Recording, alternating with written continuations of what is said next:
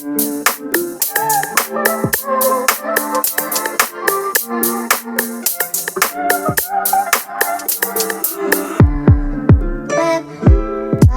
guys, welcome back to my channel. I hope you're all good. I'm Leah for those of you who are new, and we are joined by a special guest today. Hello. So I wanted to start a series celebrating all things women in property, and I thought for the first guest I had to have my mom, who is my business partner. So we're just going to be chatting today about all things property and some exciting things that you have coming up. Okay, cool. Thank you for having me. It's alright. As your first guest.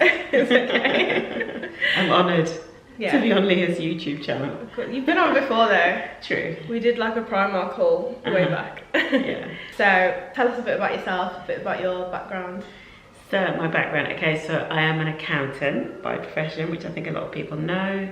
So I trained and qualified a long time ago in Birmingham. So yeah, like a long time ago, 20 odd years or something. Qualified as an accountant with one of the big four firms, I won't say which one. Yeah, I've been working in kind of big companies for a long time, really. So I grew up in Birmingham, yeah, and then just kind of doing the corporate thing as an accountant. And then later on in my career, got into projects and programs. So that's kind of my background. That's so exciting. I think she means that's not very exciting. Yeah, I did a very traditional corporate thing, I guess. Yeah.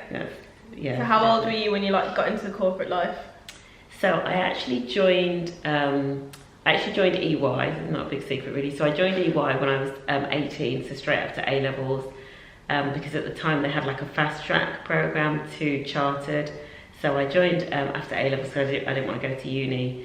And then I did my AAT, which is one qualification, and then I did my charter training at EY. So yeah, I joined at 18, so quite young really. Yeah, for sure. Yeah. So why did you want to get into property? How did it all happen? So I guess for the next nearly 30 years then of my corporate life, so I kind of progressed through different roles, you know, bigger roles, different roles, etc. And then I moved into being a contractor, so like in the interim space. And I guess one of the main reasons for getting into property is you, obviously. So you dragged me along to you know, kind of into the world of property education, because obviously it's something that you wanted to do. I think, to be fair, I think I'd thought about it before, because I used to love Homes Under the Hammer. Yeah. Like we just used to I used to binge watch it like on a Sunday or something. Didn't we all? So loved Homes Under the Hammer, and I did think that longer term it could be something that we could always do as a family. I can't remember if you remember me saying that like way back in the day. Yeah. Because Dave, my husband, is quite practical. You know, he'd sort of done, I can't remember if he'd done carpentry or bricklaying or something like that, probably a bit of both, to be honest. So I did think, I always used to think, oh, it's something that we'll do, you know, when I'm getting nearer to retirement kind of thing. I thought that property would be something, but to be fair, I probably didn't know how to get into it. Yeah. And I think that's when you came along with, you know, look at these YouTube videos and stuff like that. So yeah. Yeah. So tell everyone how we got into property. Okay, so I'm sure a lot of people will have heard this story before, but one of the strategies that I guess we started on was serviced accommodation, just because it felt like a strategy that you could get into really quickly. So, you know, because it was rent to serviced accommodation, so because you don't have to buy the properties outright, obviously it's just a lot quicker to kind of get in and start up. So I think that appealed to us, although I think on reflection I'm not sure we would have done everything exactly in the same way again. But I think as a starter strategy, for us at the time it was fine. I don't think it necessarily is right for everybody, because there is a lot that is involved in service accommodation, and it is very hard work. But yeah, for us at the time, it was a great way in. And so obviously, you know, we got in and very quickly had built this portfolio of 6 live apartments in Birmingham. So yeah, lots of work, all set up within not that long, to be honest, of like our first course. So yeah, quite exciting. Yeah. Exciting times as it was. So although I obviously already know the answer, what strategy are you currently working on? So our current strategy. Are we working on it is strange because obviously you do know all yes. of the answers already. I do the same thing. Yeah, coincidence. So the strategy that we're currently working on, and which will definitely be our niche, is commercial to residential conversions. Yeah. And I guess in terms of how that's come about, I think it's been a combination of, so obviously our first purchase, our first HMO renovation, when that was up for sale, that was on as a commercial property. Mm-hmm. And obviously in part of the training that we had some insight into the whole strategy that is, you know, converting commercial properties.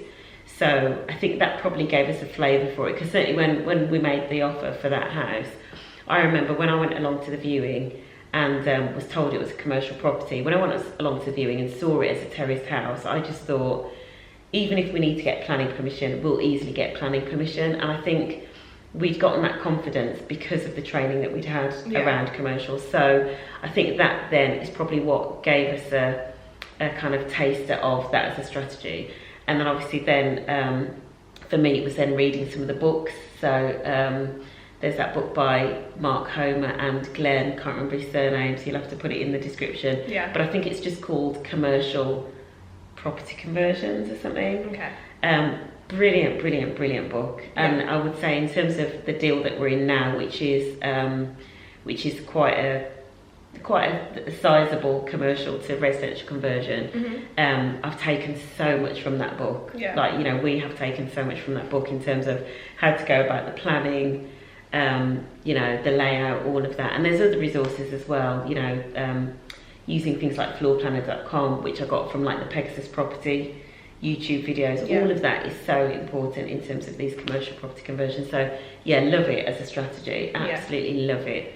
And I think it just suits our personalities more, and it suits, it frees us up to do other things that we want to do outside of property. Yeah. Which I think was probably always part of the solution as to why going into property. Yeah. So why do you think commercial to residential conversions has allowed us to do the things that we want to do more compared to service accommodation? Yeah, that's an easy question, and I'm sure you know the answer already. But the reason, I mean, and I think when I think back to, you know, my earlier answer around why we wanted to get into property, and the fact that the thoughts I'd had previously of what it would be like for us as a family to go into property, I kind of just saw property as being almost like a sideline that we would have as a family. Yeah.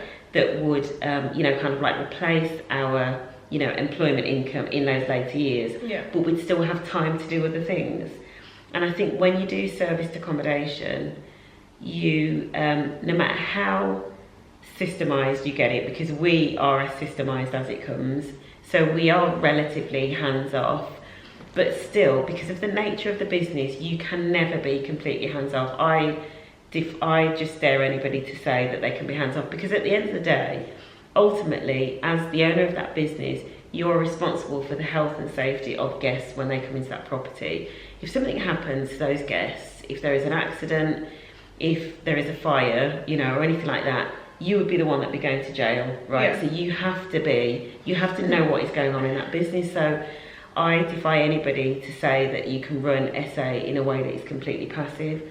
And so I think for us, and that's why, you know, people will see us starting to go into like a different direction. It just didn't fit into those long-term objectives. I think we've definitely learned a lot around, you know, property and, you know, around negotiating and, you know, dealing with people and all of those sorts of things, and working together and pulling together a team or whatever.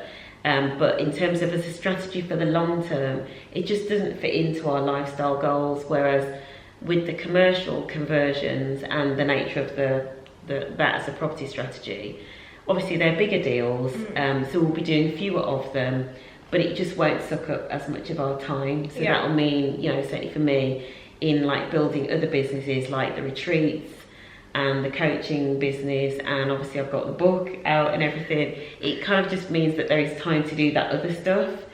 Because at the end of the day, you know, we're not doing property just for the sake of doing property. We're doing it to have you know, to have different things in our lives. Yeah, defo. Yeah. So service accommodation didn't give us the dream of passive income and moving to Dubai, living our best lives. That just did not happen. No. I think you could, you know, you obviously could do that, but you'd still be constantly on the phone about some problematic guest or something. Yeah, you know. but even when we've been on our holidays, yeah, they're still calling us about the cleaning or whatever. Yeah. Never mind. Literally, yeah. It is not a hands-off. It is not a hands-off business. Yeah. To have in your portfolio, and I think really, you know, just the other thing, but you know, it kind of sounds really obvious, but so you have to want to be very, very hands-on in the business, in the operation in terms of running the business, but you probably also have to quite like dealing with people and customer service issues, because ultimately, if you have a guest and they're not happy about something and they want to escalate.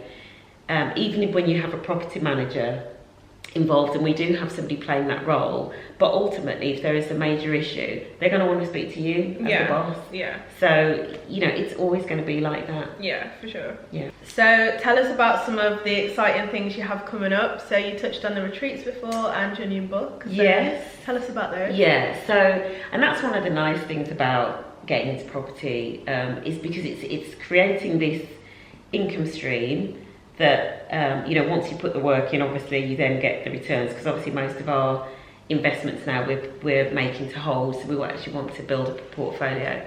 So yeah, so I built this new business called Reboot. Yay. Along with my business partner Emma, who has been on my YouTube channel.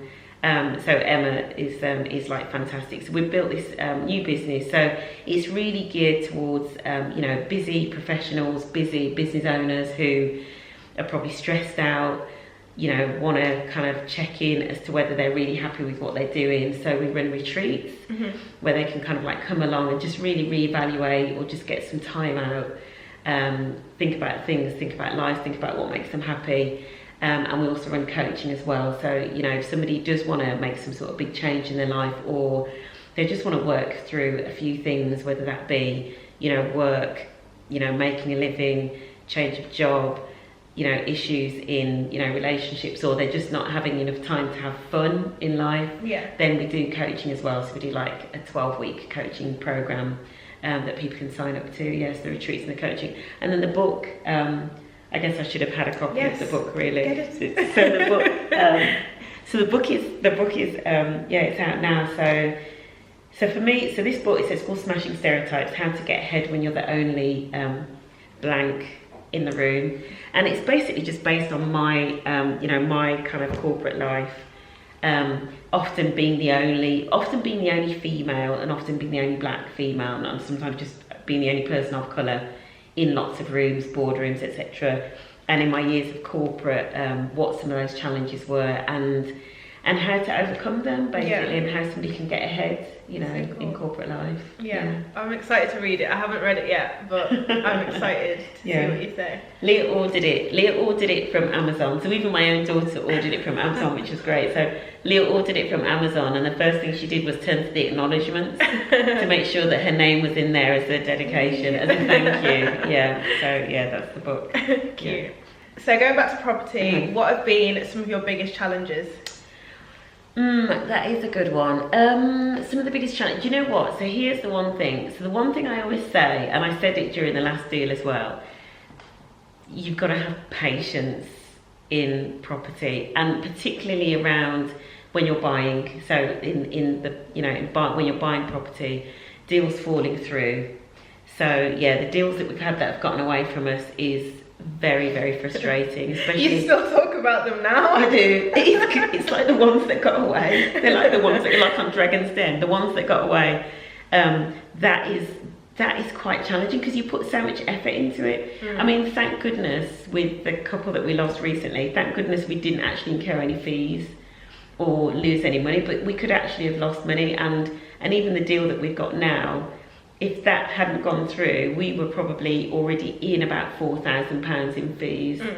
So that is one of the biggest challenges. I think you do actually spend quite a lot pursuing a deal, so you have to be fairly sure that the numbers stack up, and actually that your chances of securing it are quite good. So I think that's the one thing, just having patience around the whole process of buying property it's really stressful and it takes a long time. Yeah. That's been one of my biggest challenges. And then I think my second challenge, I would say probably at the start this was a challenge. So there's something around, you know, managing trades and like finding good trades. I mean, obviously now, you know, our builder is an absolute gem. I hope he's not watching this because it might go to his head. But he is an absolute gem, which is why we hate giving his contact details out to anybody. Yeah. Because he's hard enough to pin down just when it's just for us. But I think managing trades, particularly, I'm going to go there. The one trade that is that I have the biggest issue with is plumbers. What is it about plumbers? I could just actually go on a rant for this whole video about plumbers. Shall we do that for another video? I just think of all of the trades where, you know, people come and kind of, you know, scratch their chin and then want to charge you £100 for not doing anything, or they come out and, you know, they mess about with something and they say it's fixed and it isn't, or they come out and they're not really qualified to do the job. Plumbers is the bane of my life. Yeah, I think especially when we started with the service apartments that are probably quite problem properties, so we were always calling plumbers out. Yeah, I think I have about 20 plumbers saved in my phone. Yeah, each literally going through them. Each with different nicknames. Some of them quite rude. That can't even. I won't reveal. But I think, the plumbers, and I mean, the one thing that I learned through that, especially over the service departments, in terms of, you know, there's a big difference between a plumber and a gas registered engineer. Big difference. So for me, in particularly around the renovations, I'm always looking for a gas registered engineer. I'm not interested in just people that can do tiling. You know, for me, they have to be gas registered. So that's probably like one of the big tips. But it's a massive issue. Yeah. My other thing in terms of what I would just advise around plumbing, any plumber that tells you that they want to do a renovation where they fit a pump, you know, like what they called a macerator, run a mile. Just run a mile. honestly, no plumber that's worth their salt would fit that into a high use area. And we've got a service department at the moment in our portfolio that has a pump. And also we were almost going down the road of a service department that had a renovation where the plumber there wanted to install a macerator for one of the main bathrooms. So just run a mile. You can just tell that they don't know what they're doing. Apologies to all of the good plumbers out there that I've possibly just offended, but it's true. So what's it like working with me? She's a doll. It's been a real eye opener actually, and I'm not going to say it's been challenging because it hasn't been challenging, but I've certainly had to. There have been times when I've had to remember that just because I'm the mom, that doesn't mean that I'm always right. So the dynamic. You have to bring a different dynamic, and I guess this is with every family business. I think you have to bring a different dynamic to the business. Mm-hmm. So I've got to almost like park the mother-daughter thing, although some of that does come out at times. So, you know, I do think about your safety in like the whole service department business and all of that, and that's as a mom, but also as like a business owner. But I think sometimes there's been times when there's been a decision whether or not to go for something, and there's been times when I've just had to listen to you, you know, and you've maybe wanted to take more risk, or you've been like, come on Cheryl, we can do this. Like when this deal almost fell through and you were like, come on, we did not come this far to, you know, and I'm like, you know, it's like role reversal. So I've really enjoyed that. I've enjoyed watching you grow. So I've really enjoyed watching you grow, like as a businesswoman, and I think you've become like way more savage. You can be real savage when it comes to running things, but you have to be like that sometimes in this industry. And I've really enjoyed watching you. So I'd say that as, you know, as your business partner, but also as your mum, I've really enjoyed watching you grow into your own. So cute. Yeah. I feel like we're kind of like Chris and Kylie. Like we actually are the Kardashians. So tell us about your favourite property deal. It's probably the same as mine, but tell us. My favourite property deal. it's going to be so hard to ever beat this deal, but well, for me anyway. But our first deal. Really, that's your favourite? Yeah, is that not yours? No. Yeah, because the numbers. It's because the numbers. Obviously, I'm an accountant, and the numbers in terms of the return on investment. And what we were able to create with that. So yeah, so to take a 2-bedroomed terraced house that we really sort of bought for a steal because it was in a bit of a state and because it was being wrongly marketed as commercial, and then to turn that into a 5-bed, 5-bathroom, just even in terms of what we got into that footprint, you know, because it wasn't the biggest of properties. So to get all of that into that footprint in what was, you know, for the market, and it was just perfect for the market and everything, to me, that was our best deal. There's nothing that I think we're going to struggle to get something on paper that gives us good a return on investment as that deal. I suppose, yeah. And certainly for me, that's been part of why it's been actually so difficult to find another deal, because on paper, because I analyse all of the deals on paper. Yeah. So I'm looking at the footprint, what can we fit in terms of bedrooms, bathrooms, etc. And then obviously then the rental, you know, the rental compared to the investment. And it's just so hard to beat that one. So hard to beat it. Yeah. Yeah, so that's by far my favourite deal. No way. Yeah. Mine's the old office, the one that we're turning into an 8-bed. Why? I just think that one is going to turn out to be iconic. Like, Okay. I just feel like the best is yet to come. I do think, to be fair, so I was driving up the road today, so after the viewing that we had this morning, I was driving back up the road towards the old office, and you know, because it's so high, it really stands out in the landscape. And I do think, you know, and especially once the outside's painted, it is going to be amazing. It literally stands out in the landscape. It's interesting, yeah. Exciting times. So you'll have to watch and see which one turns out to be the best. Yeah, for sure. So what advice have you got for newbies who want to get into property? My advice for newbies, there's a couple of things really. The first one is to be really clear on your property strategy and why you're getting into property. And so, yeah, be really clear on your objectives. Don't be so motivated to act that you just jump into the first thing that you see. Because, you know, because I feel that a lot of people do that. And I almost think that maybe if we'd been a little bit more patient, we perhaps would have gone down a slightly different road. Mm-hmm. Not that I have any regrets.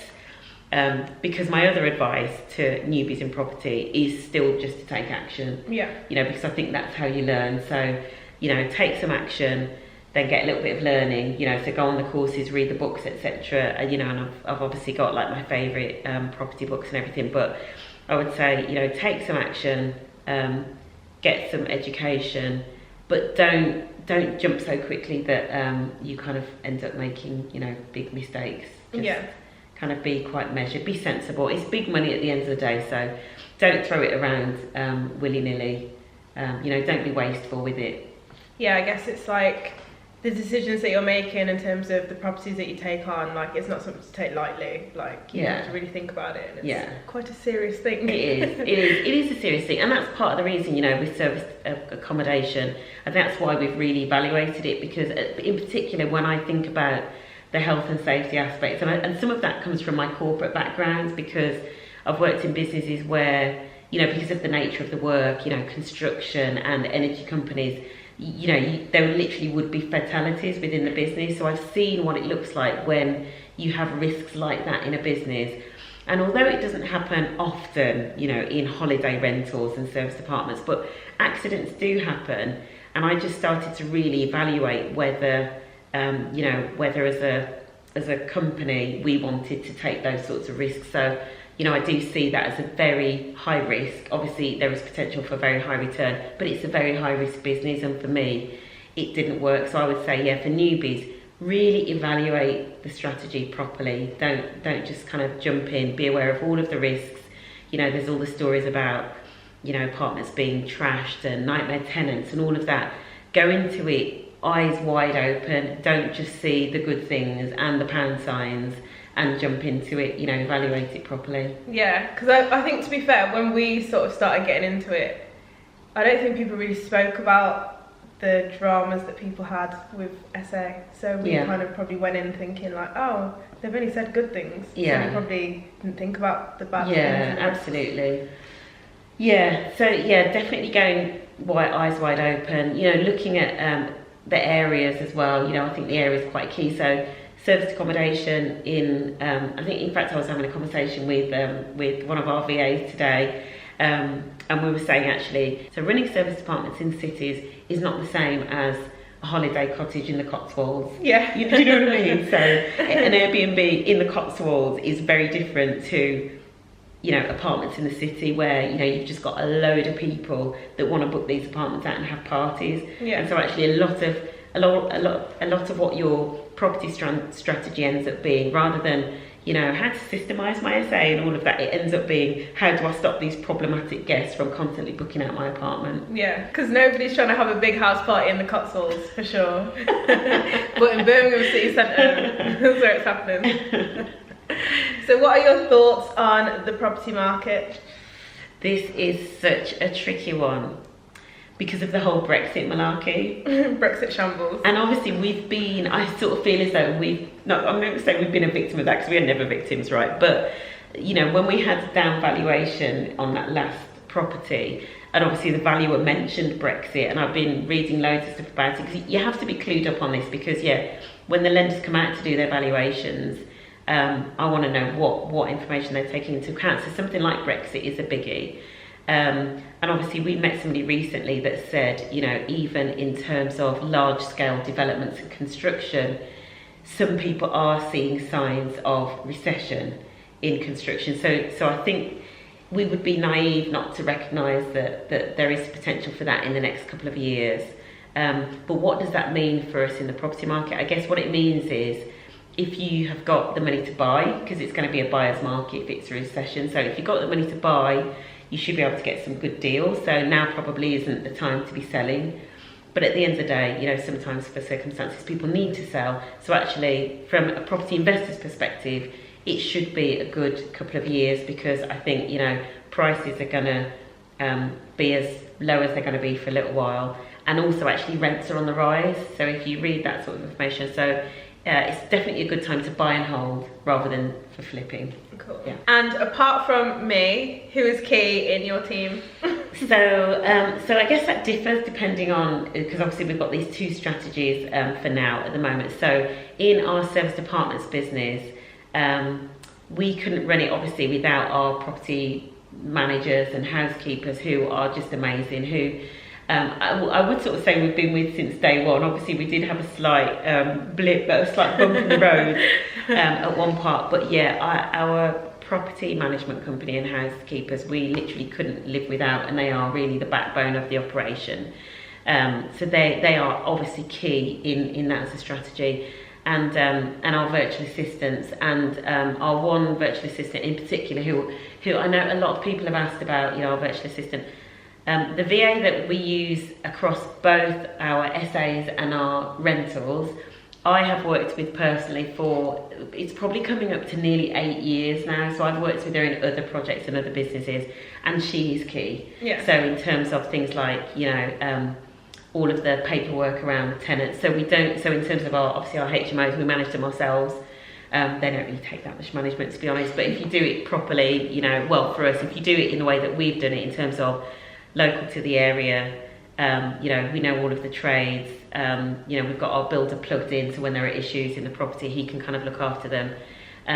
So that means basically our VA then deals with stuff like, you know, checking the tenant's details, and you know, collating the inventory, and all of the stuff that like a letting agent would do. Effectively, that's what our virtual assistant would do, so that is key. And then in terms of who else is key, I feel that we've finally got a solicitor that we'll work with for a long time, I think, through these transactions. And then the other one obviously is our builder. Yeah, so everyone. Our builder, Tony, if you're watching, you know who you are. We couldn't live without you. Please don't ever leave the area. Yeah. Because we're just going to follow you to like wherever you go. Yeah, we actually would. We just have to. So what do you think can be done to get more women into property? That's a good question. I mean, I don't know why there aren't more women in property. I mean, obviously we know a few, but we also know that there are a lot of women that don't go into property, or they kind of, property sometimes seen as more of a men's game, you know, and there are more men in it. I don't know why. I mean, I think that a lot of women have got really good skills that work well in property. I think certainly there is something about, and this is almost, I am actually being a little bit sexist here now, because I'm kind of almost stereotyping the woman in the role of homemaker. But the reality is, for a lot of women, certainly women of my sort of generation, we have spent a lot of the last, 10, 20 years creating homes, creating spaces that become homes. Even if we've kind of gone out to work, so we're not necessarily, stay-at-home mums or, kind of stay-at-home homemakers, but we have spent a lot of time creating homes. And so actually, certainly in the service department, serviced accommodation area, women are very good at, kind of creating the space that people need when they want that home from home feeling. Yeah. And I think also just in terms of as landlords as well, I know certainly for us, when we were sort of putting our properties on the market, we would get a lot of people coming around when they talked about the standard that's out there. Literally they're saying, I went to view something that was advertised as furnished, and it was just like a mattress on the floor. I mean, what is that about? And it's disgusting. And it's and I'm not saying that you wouldn't get any women that would do that, but I think certainly because more women have been in that role of creating the home, I think we tend to think more about, what do I need to put in that home to create a nice home environment for my tenants. Yeah. So actually, I think that if women could just harness that, we have been cast in that role for a number of years. So actually, do you know what? Harness it and run with it. If it means that then you get an edge in the market, just run with it. Do you know what I mean? But I also think, women have got good organisational skills. Men have as well, obviously, but, women can play that role. And I think women probably need to be more brave in terms of things like, dealing with trades and organising all of that sort of thing, and just taking the reins financially, so being on top of the figures and all of that. Women can do that just as well as men, so there's no reason why women shouldn't be in property. And I just love to encourage more women to do it. I think also it can really give that financial independence. So you sometimes get situations, especially for example if a woman has been a stay-at-home mom and the man has been the breadwinner. We know that, I'm sorry to say it, but a lot of relationships end up in breakup, and sometimes that woman hasn't got anything then to fall back on. But actually, if she can turn her hand to property, or if she was involved in property at the same time, as maybe setting up the home, then she's got her own financial independence and financial security. So I think, for all women, it'd be a good thing to have in their back pockets. Yeah. So thank you so much for being the first guest on my Women of Property series. Thank you for having me, Leah. It's been a pleasure. Yeah. I'm sure you'll be back on my channel again. So guys, thank you so much for watching. Really appreciate it as always, and make sure you follow LCM Home on Instagram to keep up to date with all our shenanigans. But yeah, thank you once again, and I'll see you next time. Bye. Bye.